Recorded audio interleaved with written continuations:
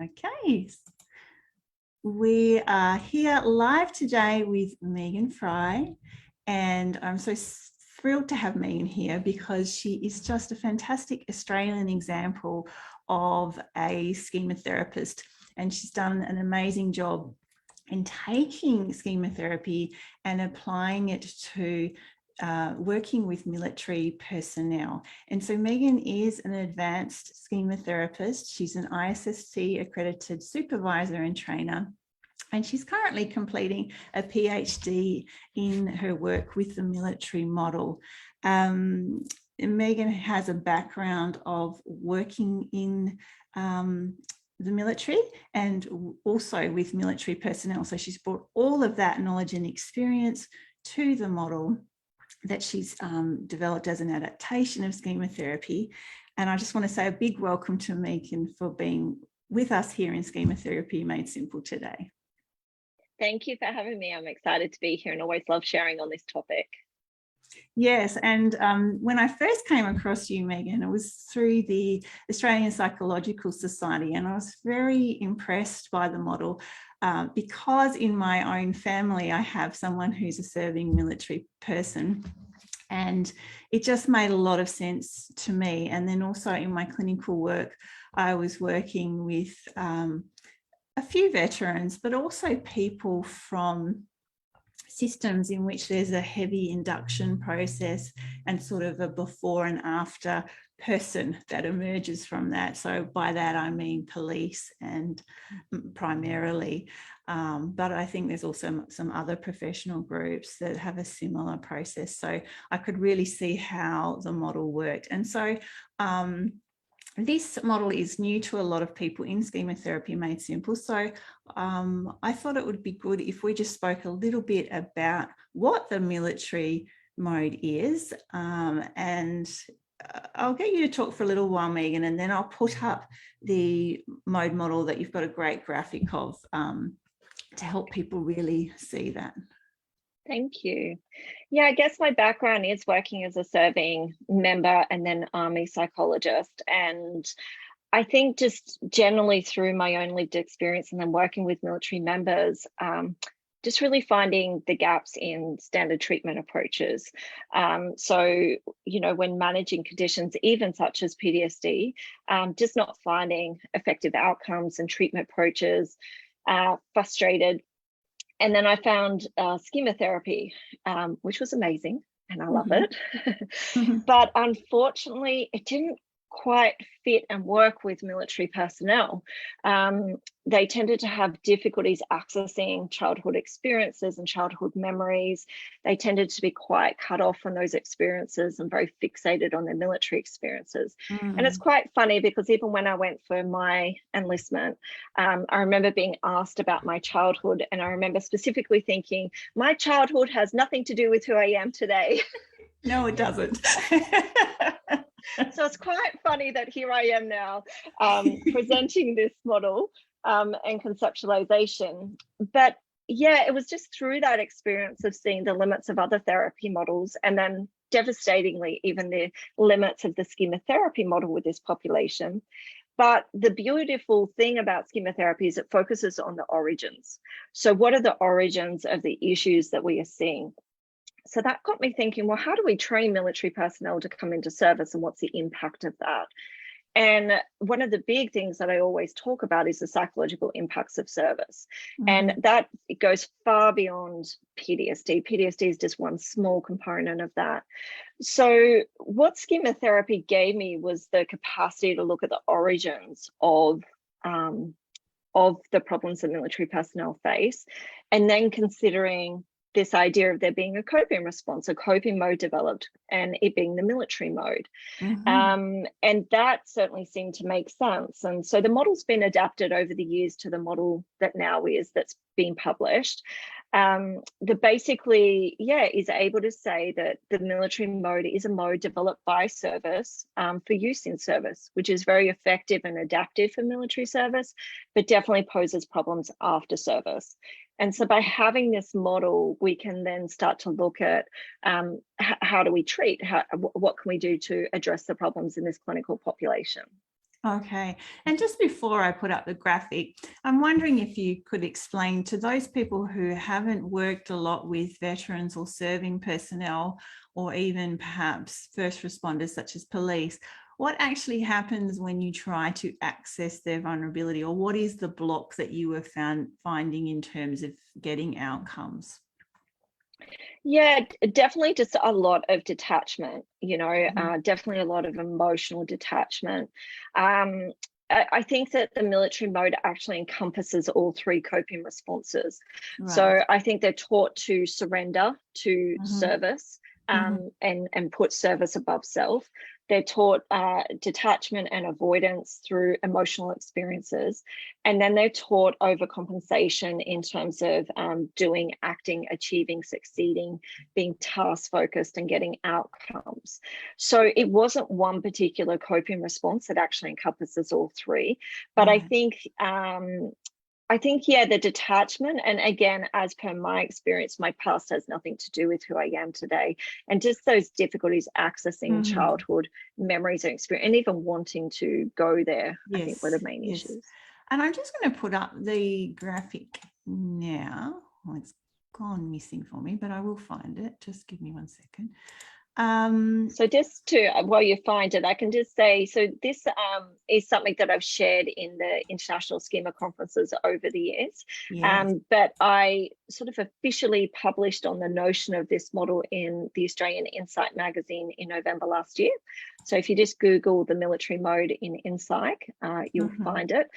Unfortunately, Insight were unable to present the model as you see it here, but it is readily and freely available on my website, and we can get it to people if they want it.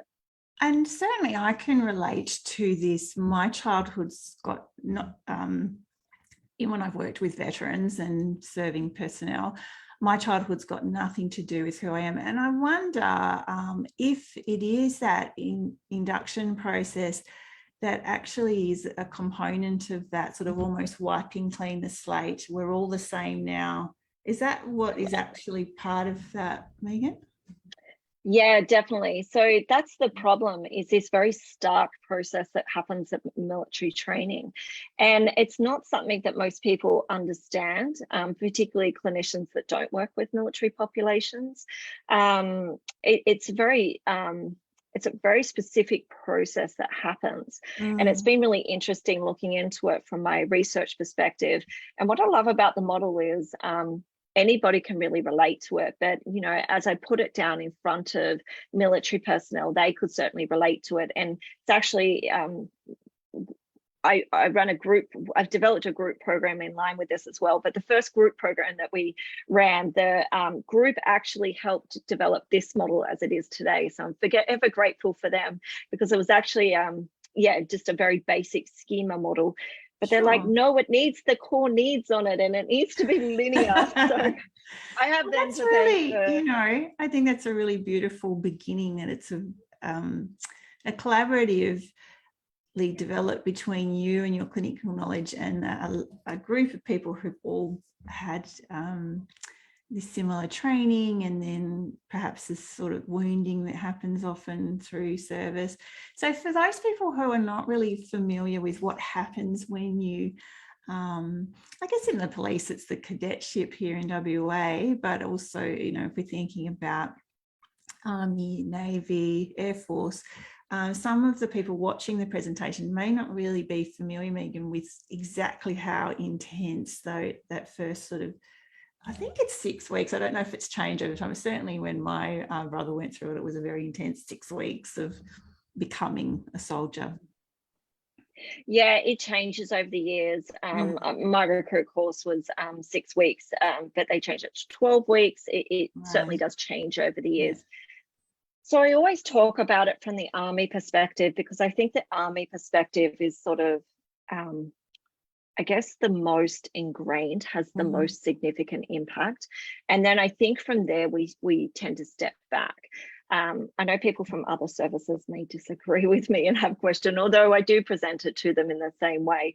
But Army has a very stark process where you're very much required to be very removed from civilian life, because ultimately Army in particular, we're going to be doing potentially hand-to-hand combat, and definitely at the end of the day, face-to-face combat in terms of killing another human being. So that aspect certainly requires a very stark separation from the civilian community to be able to take that action to take another human's life, which is Navy and Air Force and even police. Navy and Air Force are somewhat removed from that. Police have that different role, that they're actually integrated into the community and are a part of the community, but have a specific role. So the model definitely is adaptable to other people and other services like police, and even extends beyond that. But Army sort of gives the best representation of, I guess, the starkness of the process of the indoctrination process, because of what it's trying to do.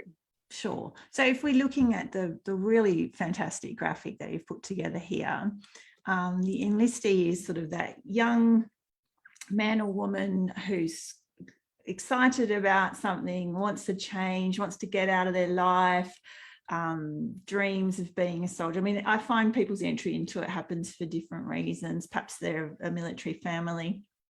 And then after enlistment, tell us, Megan, a little bit about what happens.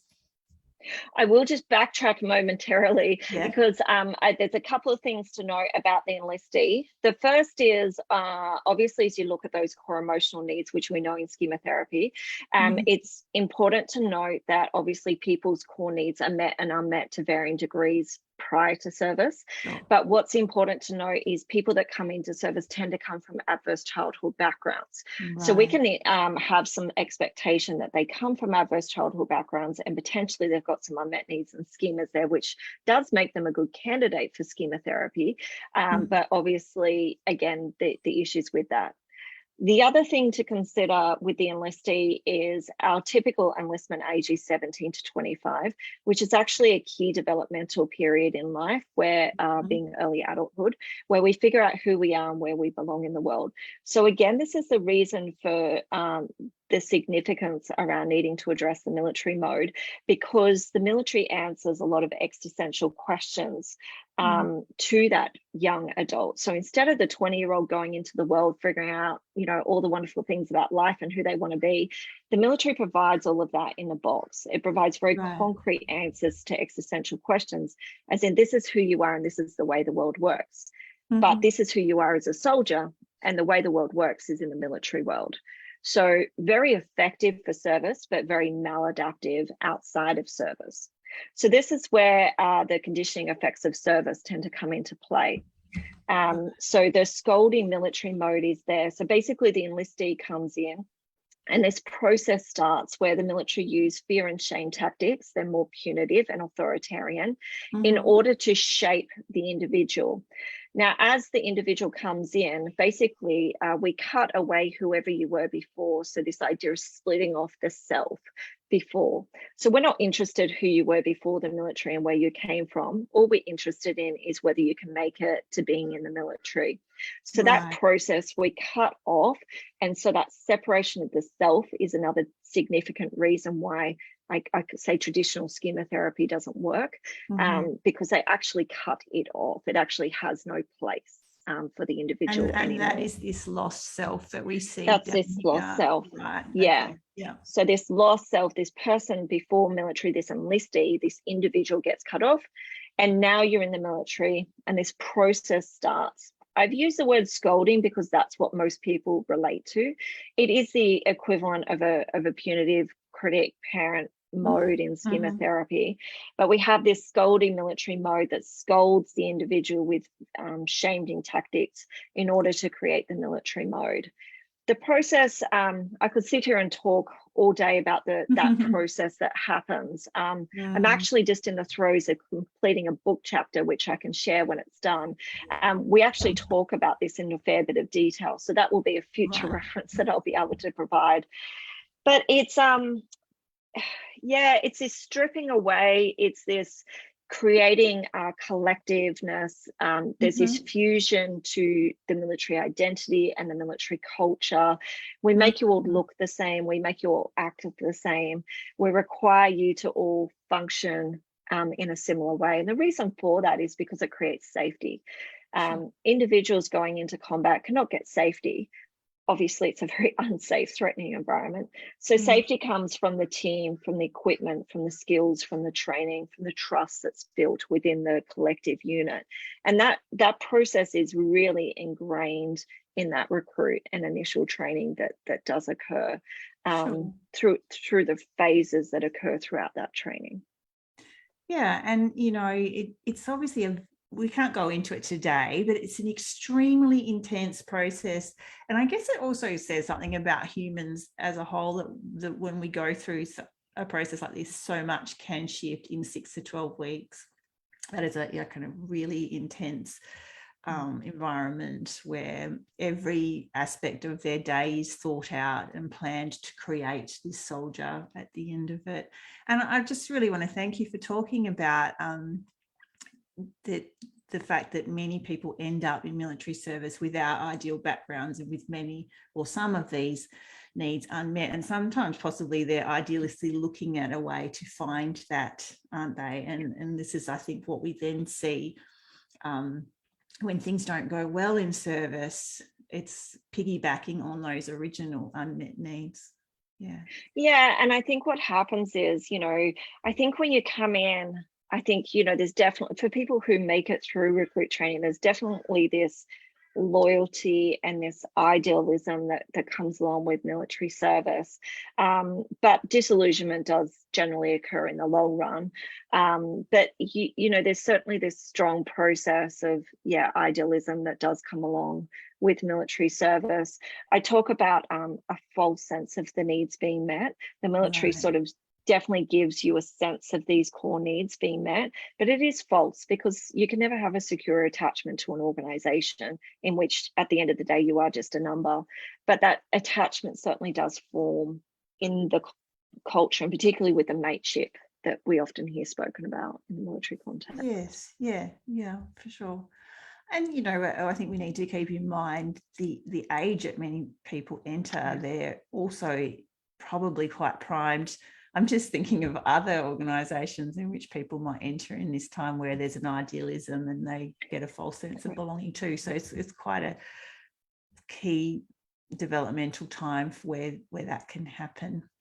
And I definitely think it's important, to consider that. I've actually been meaning to write to Jeff Conway. Not that I know if Jeff's listening, but I've been meaning to see the updates on the new schema case conceptualization form, because I'm going to advocate that it goes in, I believe they're reviewing it at the moment, that early adulthood life experiences are actually a part of the schema case conceptualization, because when it's so significant, like something like the military or police or something else, it really does significantly impact development and the development of schemas, and actually think it really should be considered in the schema case conceptualization. But that's a conversation for another time as well. Yeah, but good on you for pushing that. I think there is there's sometimes a perception that schemas stop forming when you turn 18, but I do think there's ongoing development and key experiences that can happen between 18 and 25. And probably, as we've started to see, the new neuroscience show that the adult brain isn't fully formed till 25. That makes a lot of sense anyway. Yeah, I'm just wondering if you wanted to talk a bit about the coping modes. You sort of have covered it a little bit already, but if there was anything else you wanted to add to make sense of this graphic for those who are watching either now or way back. So basically, the military mode is developed for service, very effective in service, but stuff happens, in service life, and that's regardless of whether you deploy in combat or not. Military life has its stresses that come along with it, and it impacts you and it impacts those around you.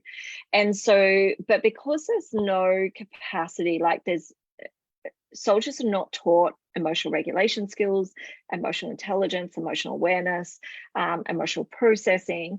What we see is this cumulative effect. Again, the psychological effects of service, and it builds up.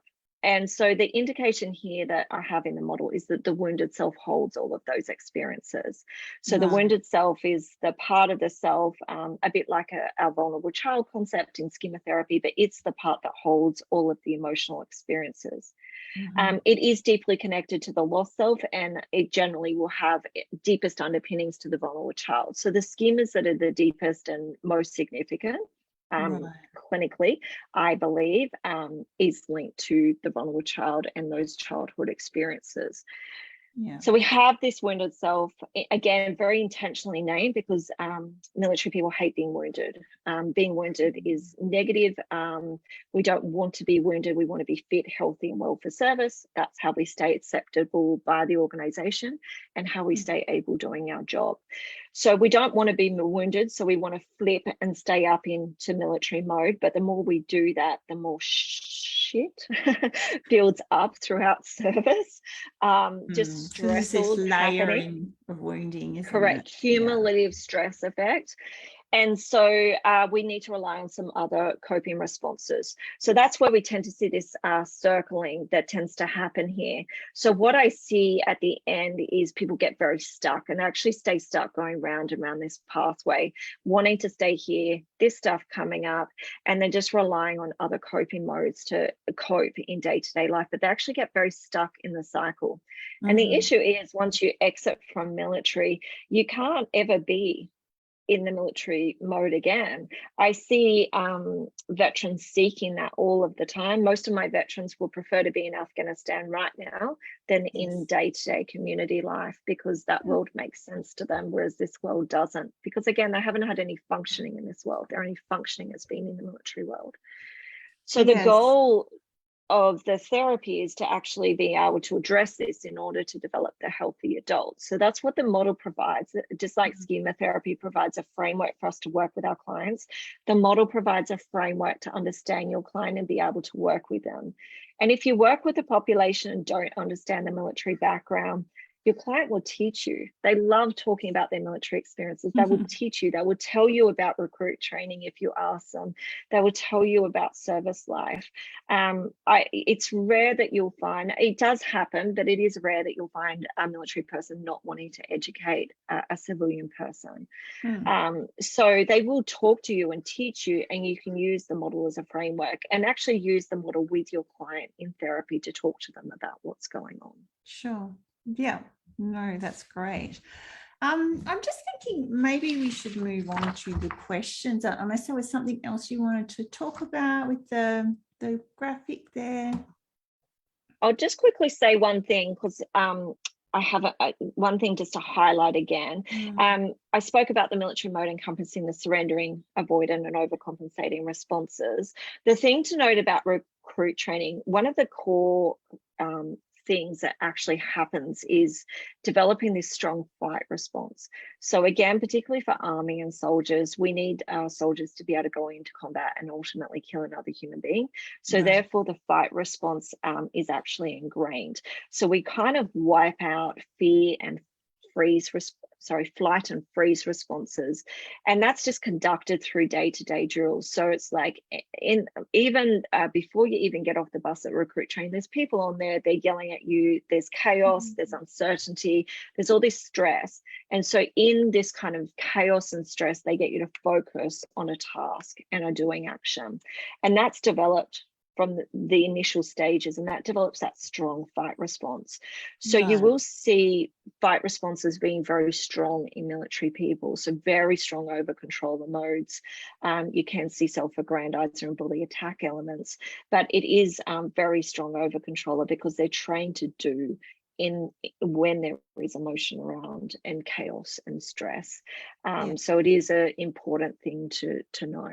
And do you think as therapists, particularly with the traditional schema therapy model, if we're going to try and go for the vulnerable child mode and do this bypassing, is that when we're possibly going to meet a little bit of this over? Because that's, they don't want to go there. Has that been your experience?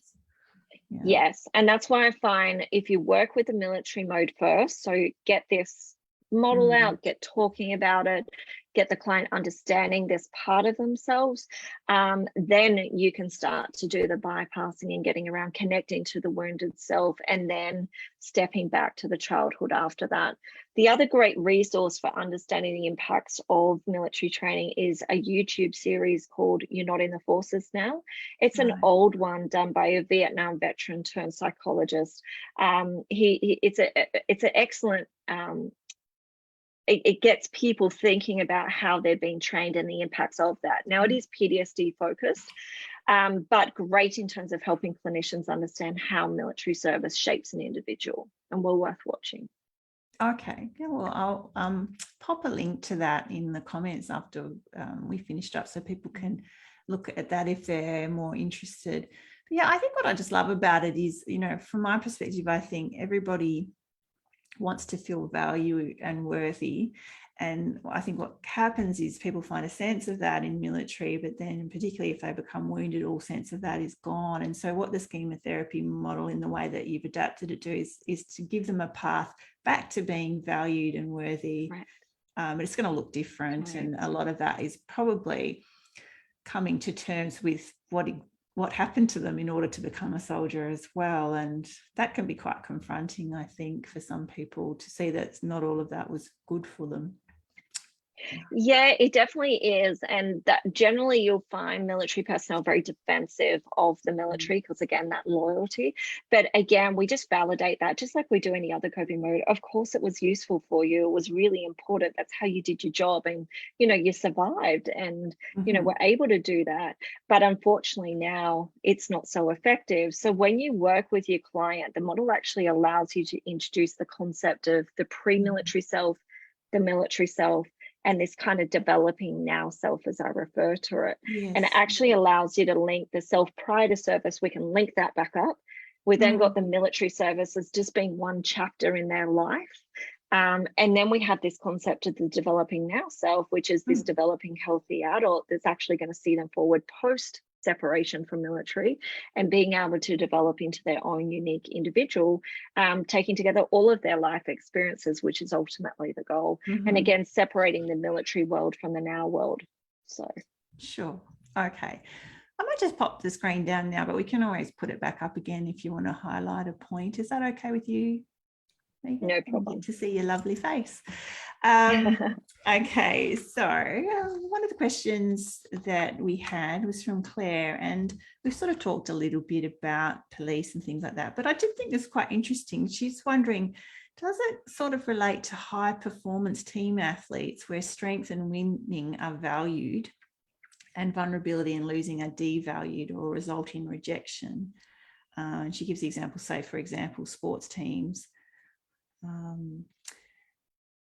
And actually, when I thought about that, I thought about things like gymnastic training, where you're even taken away from your parents a lot of the time, and there's this highly intense culture, and then there's a post-sports identity, which many athletes seem to struggle with. Is that something that you could see, this, not exactly the same labels on the mode, but it's this, could you see that working across?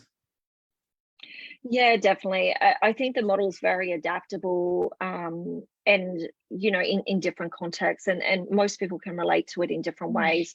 The other one I've thought about is, I think even people entering like the music industry from a young age, you know, like your Britney Spears and things like that, where they sort of, I think it does. I think when a person's still undergoing development, and as we've said today, up to 25, I think that all of those life experiences need to be considered, which again is my reason for saying, hey, I think we need to consider this in the schema case conceptualization. Because I think if there is something profound in adolescence and early adulthood that really shapes who you are and has had that profound environmental impact, it does really need to be considered in terms of how has that shaped them in terms of their core needs, and who they are as the person, because you can get very fixated in that identity.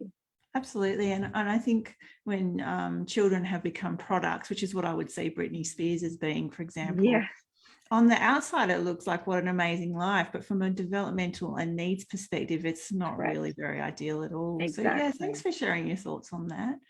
I might just move to this question.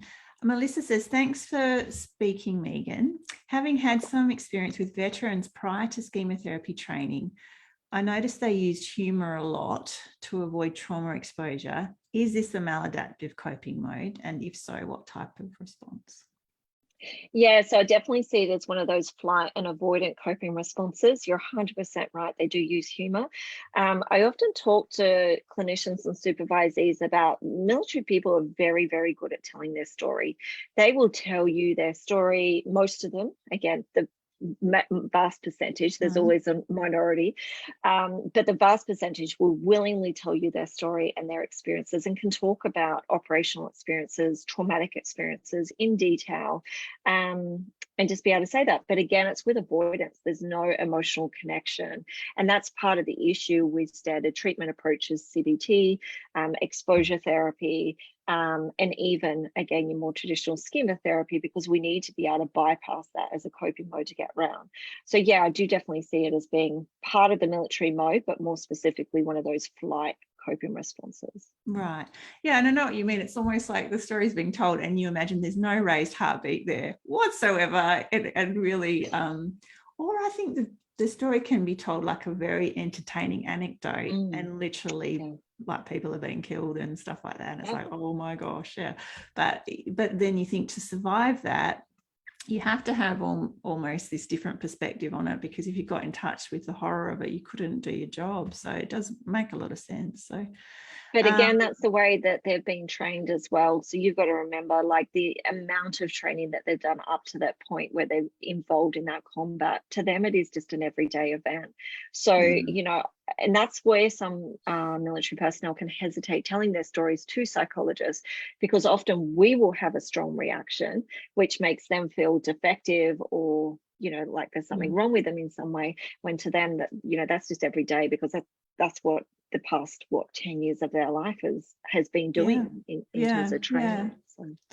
So that's where sort of having a real understanding of what the job is and what's necessary, and how that is sort of different to someone just grabbing a gun and going around and killing people, you know. Very and that's important. why exactly, the best thing you as a clinician can do if you work with this population is understand their job and what they had to do, and how it developed and how it came to be, and what they like and don't like about it, just like we would a normal coping mode, but just in lots of detail. Yeah, that's right. And Kate asked, I thought this was really interesting. So it's actually, Kate's one of in my Thriving Therapist program, and she was asking me about this. And I said, you know what, I'm talking to Megan Fry. I'm going to ask her about this, because I had a bit of an idea about it, but not as good as you would. So she's working with police, and there's often this sense that post-traumatic embitterment syndrome or disorder is at the bottom of everything. And she was wondering, how do you see that as part of schema therapy and the military mode? And just for those of you who've not come across this before, as to be honest, I hadn't heard the whole thing as a label, but as soon as she said the label, I went, I know exactly what you're talking about, because I've seen that in people. So it's really when people have a trauma response, which then becomes held like a humiliation, betrayal, or a grave insult, or an ongoing injustice. And so they get kind of in this angry, resentful sort of set of feelings. I won't go into the whole sort of definition I've got here, but generally there's even fantasies of revenge and paying people back and feeling very let down by a system or organisation. So is that something that you could tell us a little bit from your military experience and working with these? Yeah, look, I think that embitterment syndrome and moral injury, I think they're I think they're very popular at the moment in particularly the veteran space, and I guess the police space as well. I think that people are looking at ways to explain and understand the military experience, and at the end of the day, I do think they help understand what's going on for people. I think the downside is that they don't help us understand what to do about it. Yes. So I think they're giving us a label, they're giving us some understanding, but it's like, okay, so what do I do with this? And that's what I love about the military model and the schema therapy model is it helps us explain it. So if we look at that definition, and if we match that to a definition, you know, when I read that, all I could see was words out of Jeffrey Young's Reinventing Your Life book for the mistrust abuse schema. If you look up the mistrust abuse schema and the experience of the mistrust abuse schema, you will find pretty much all of those words and tendencies. So I do think that, yeah, I think the schema therapy model doesn't just help us understand what's happening. I think it actually gives us a framework to work. I think that, you know, by understanding that there is a percentage that have this embitterment syndrome, I think that we could probably look at what schema that is. I think you would see elements. There's certainly a large population of veterans that I've worked with that feel betrayed by the service, particularly if they're being medically discharged against their will. And it goes along with that disillusionment after service. But I think you're going to find in their childhood, there's going to be abandonment, there's going to be rejection, there's going to be those themes underpinning, of which the military just actually tends to perpetuate. Yes.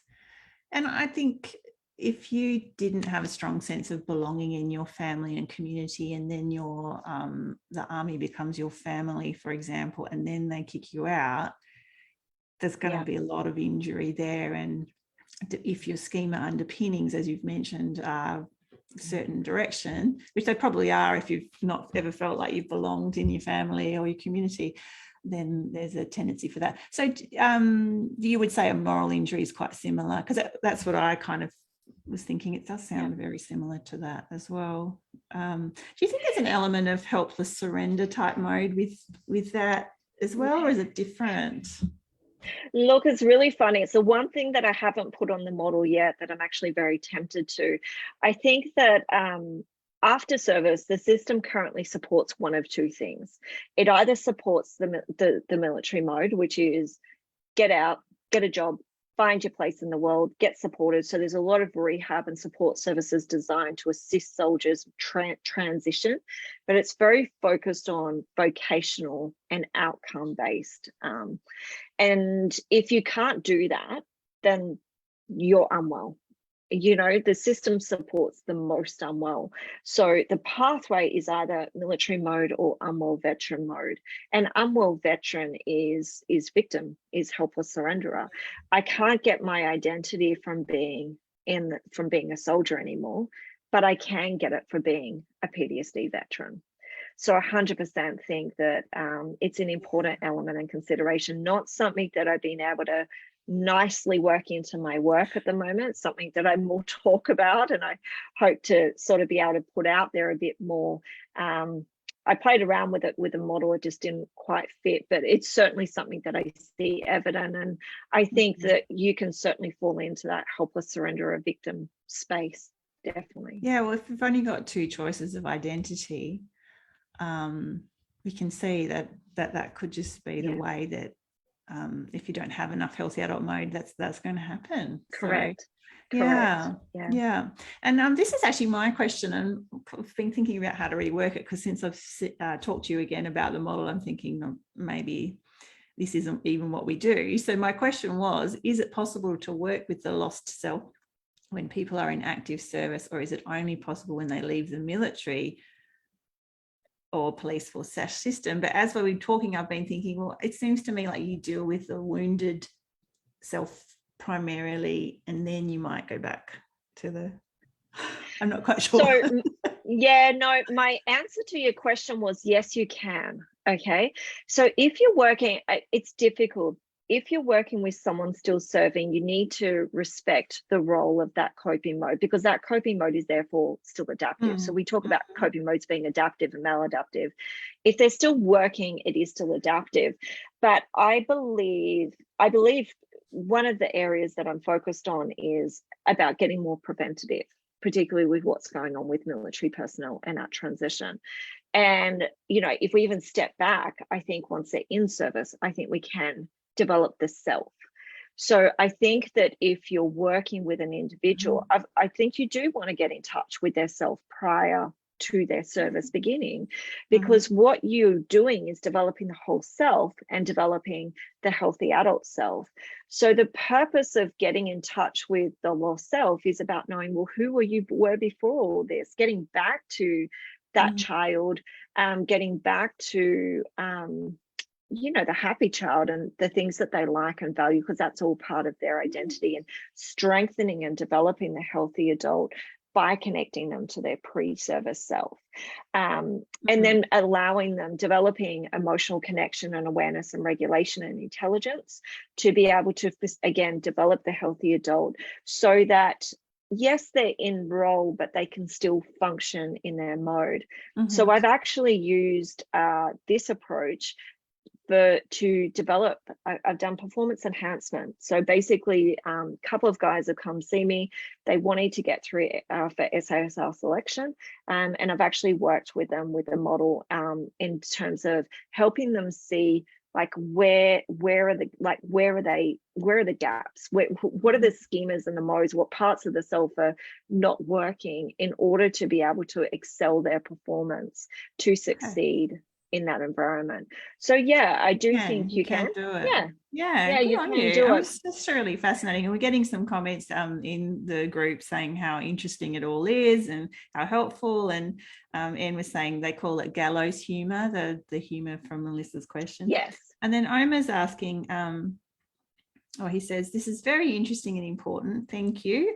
I wonder how this model works in societies in which military service is obligatory and a big cultural part of the cultural atmosphere. So certainly in Israel and places like that, I imagine. And he says, I very much relate to the notions of the lost self and the military mode as an adaptive coping while in service. My thoughts regarding these concepts is that in countries where the military and the civilian are intermingled, they will have specific variations. So Megan, I just wonder if you could talk about where you have sort of conscripted service for young people. Is there a difference between that and voluntary enlistment? Look, I definitely think there is. It's not something that I've delved into a lot, but certainly my mind has certainly wandered there. I think, when we think about Israel, where they have required service, I think it's just a part of their developmental process. So it's part of their culture. I do think it's different to our service, and probably much of the Western world's service, being US, England, Australia, because the way that we recruit into service is very particular and has its own interesting concepts. So we recruit in and then we train, and there's no sort of discussion of an out date of preparing for transition. Whereas I think, and I don't know well enough, but my suspicion is in cultures like Israel, you're going in, there's no recruitment, like, what you're stepping in for and what the job's going to be. It's part of the culture. You're educated about it. There's no misconstrued ideas or beliefs. And there's a stepping stone, I would imagine, out of that, because it's not a service that you stay in. Well, you might choose to stay in, but so I don't know it well enough, but they're certainly my thoughts, which is very different. A preparation, because almost everybody has been in the army, whereas here, the only person in the existence of my family other is my brother, and he went in there for a career for his life, sort of thing. It's not, and I think that attracts a different sort of person. Correct. And as I say, I think our recruitment strategies require, I certainly have some questions around that, in terms of the way we recruit people into the military. The latest advertising is very appealing. Very appealing. It sort of sidesteps the whole, when you say, what I love about what you say is you don't hide the truth. You say, we are training people to be able to kill, right? You don't see that on the ads. Correct. Right. But that is what it is about. And it's about, what nations have to do to defend themselves. And so in order to recruit as if it's a job, the messaging is very different. And whereas in Israel, it wouldn't be like that, because it's just like, we're all doing this. This is our civic responsibility. Exactly. Yeah. Exactly. And that's where I get that false sense of the needs being met, because you go in with some sort of expectation, and the reality is that that's not the truth. And the only question is when reality hits you, when do you become aware of the reality? Because I promise you there's a gap.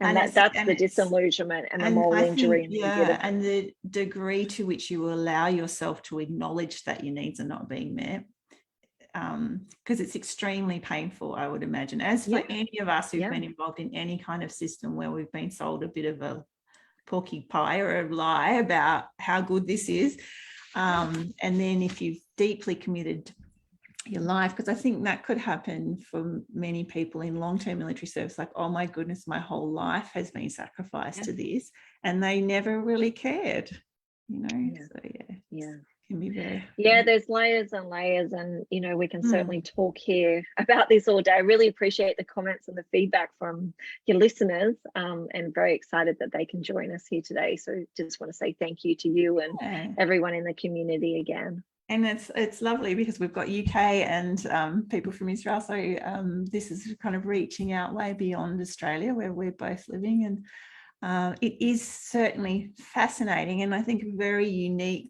niche that you've been able to contribute to, Megan. So I just hope that as many people in the group watch and take advantage of your wisdom. And I can't see any more questions coming through, but if people want to become more educated in this or deliver it with their clients, what are the opportunities coming up that they could engage with you around the military mode? So I definitely encourage have a look at the article that I wrote in Insight. I think that is quite comprehensive. Definitely access the model. I don't have any trainings planned at the moment because I'm doing research in this area, so that's absorbing a lot of my time and attention. However, one of my research studies will be on training clinicians in this model, and so there'll be opportunity for free training, but you will be required to participate in the research evaluation part of that process. If you're interested, probably the easiest way is just to drop me an email and I can add you to a list. I'm currently forecasting that to run next year. It was meant to run this year, but there's been delays. So I'm forecasting next year, but no guarantees.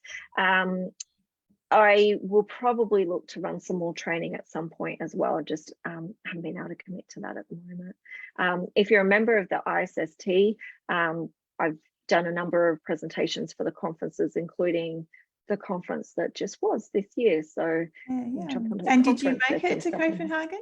No, I didn't, but I did an online presentation. Unfortunately missed it.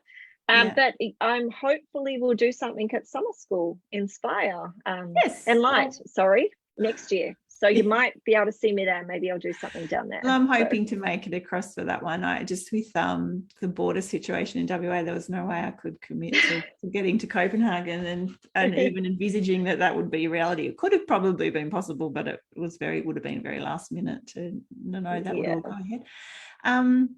So I'm sure that now just remind me again, what was the name of the YouTube thing?